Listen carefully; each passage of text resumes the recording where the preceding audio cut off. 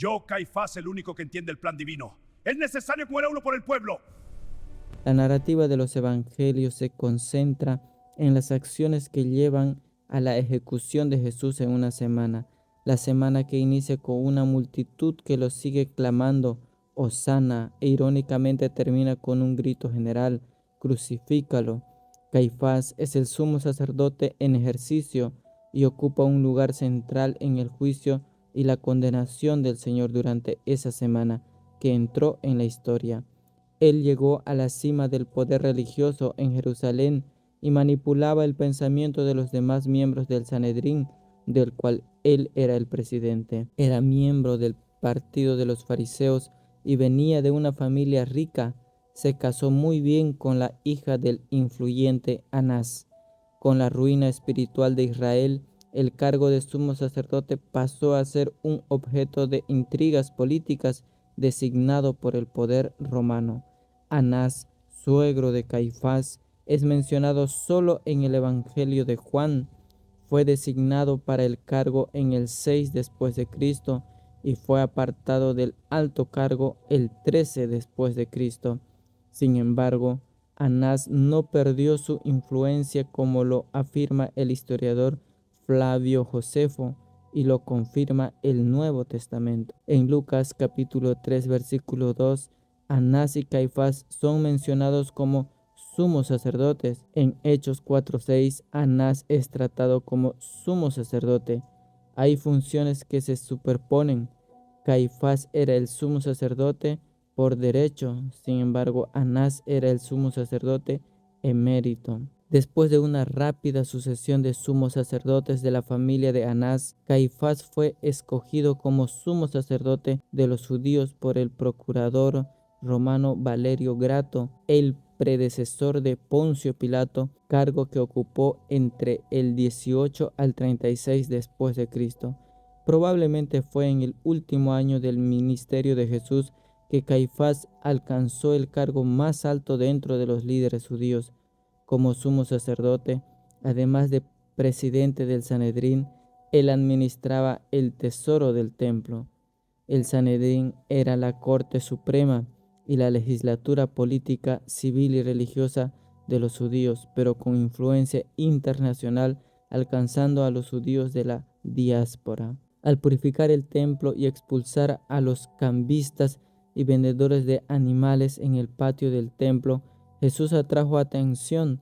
Con su carisma, su lógica, sus milagros y enseñanzas, Jesús comienza a ser visto como una amenaza al status quo y a los intereses financieros de los saduceos que controlaban el templo.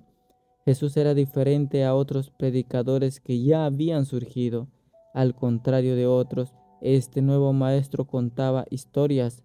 Sus parábolas hacían que las personas pensaran. La pregunta era, ¿cómo combatir a un hombre que contaba historias? Caifás sin duda percibió el carácter subversivo de las parábolas y el significado de estas. Jesús minaba las tradiciones, ridiculizaba la religión enyesada y superficial, la ortodoxia inútil que se preocupaba por detalles insignificantes. Jesús redefinió el concepto de Dios, el significado de la vida y la noción del pecado. El pecado llega hasta lo más profundo de las motivaciones. Él le dio al sábado una nueva comprensión, libertando el mandamiento de las tradiciones. Para Jesús, las limosnas, ayunos y oraciones que se practicaban para impresionar no tenía valor ante Dios. Ese joven rabí parecía implosionar los cimientos de la religión rígida institucional. La amenaza debía ser removida, lo que se vuelve una idea fija. De manera astuta, Caifás formula su filosofía políticamente correcta. Conviene que un hombre muera por el pueblo y no que toda la nación perezca.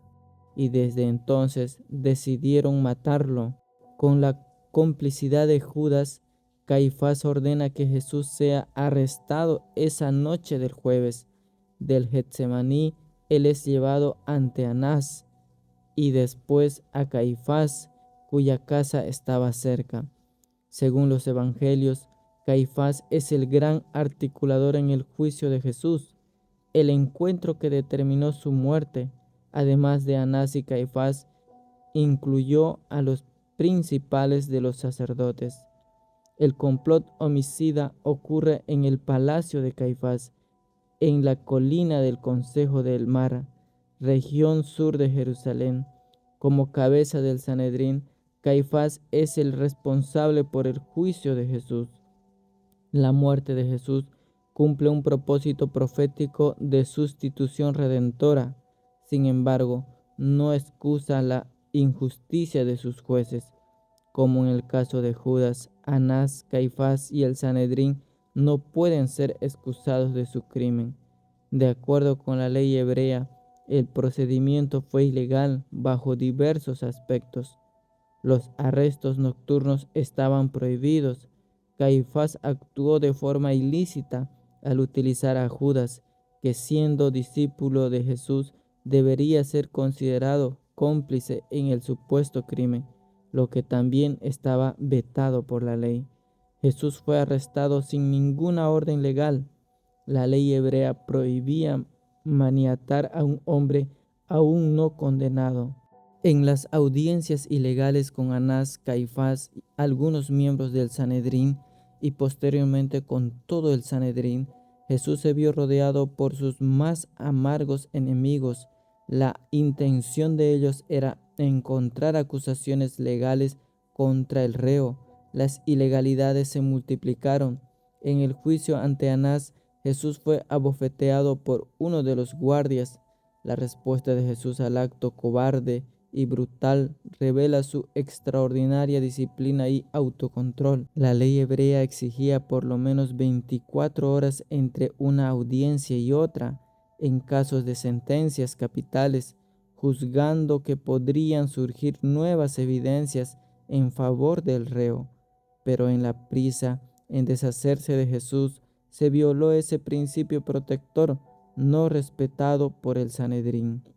La ley hebrea también exigía que los jueces fueran imparciales y exentos de pasión para juzgar con buena conciencia.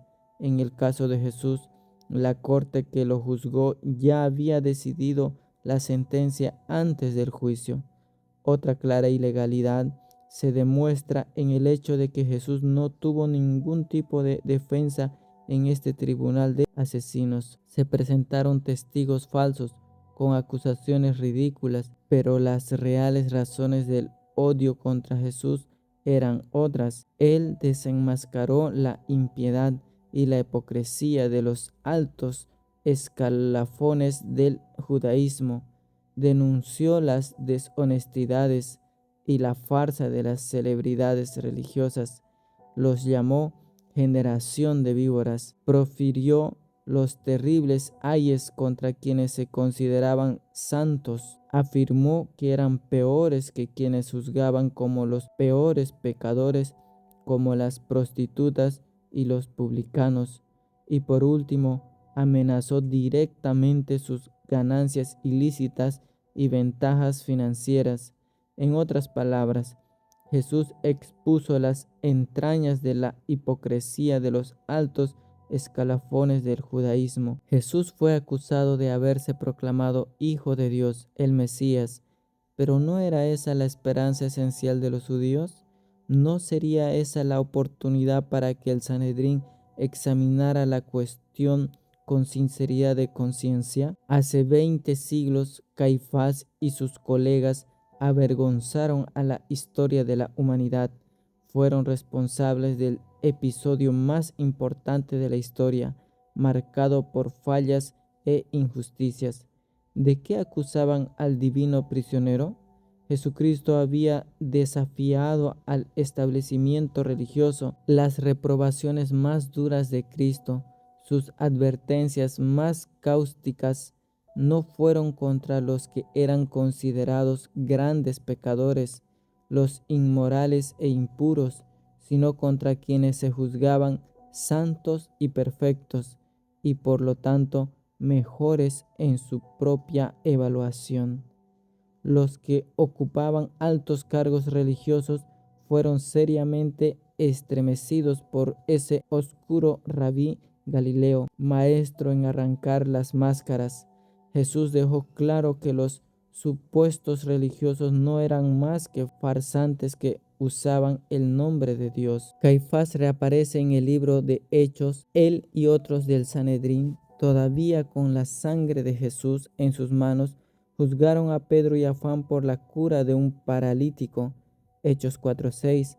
El mismo enemigo de Cristo, duro e inflexible. Probablemente Caifás aún era el sumo sacerdote ante quien fue llevado Esteban. Hay una gran posibilidad que él haya sido de quien Saulo obtuvo las cartas que lo autorizaban a llevar a los cristianos de Damasco a Jerusalén. No sabemos cuál fue el final de Caifás. Josefo informa que él y Pilato fueron destituidos en el 36 después de Cristo por el gobernador Vitelio. En 1990 se descubrió un osario en las excavaciones al sur de Jerusalén.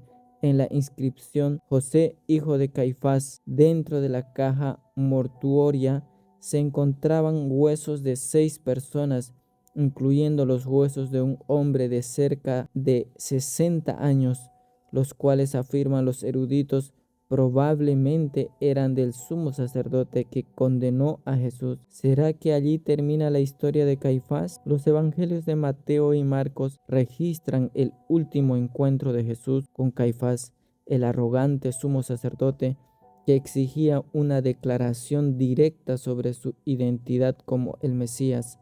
Llegó entonces el momento de una respuesta clara y definitiva, y lo que Jesús dijo con voz pausada y solemne debe haber acompañado a Caifás por el resto de su vida. Yo soy, y veréis al Hijo del Hombre sentado a la diestra del poder de Dios y viniendo en las nubes del cielo. Marcos 14, versículo 62. Caifás al final resucitará en el glorioso regreso de Cristo como parte de una resurrección especial. Para su indescriptible terror, él verá horrorizado el cumplimiento de la infalible palabra del Señor. La reversión será formidable. El juzgado entonces ante Caifás, herido, lastimado y agraviado, será ahora su juez.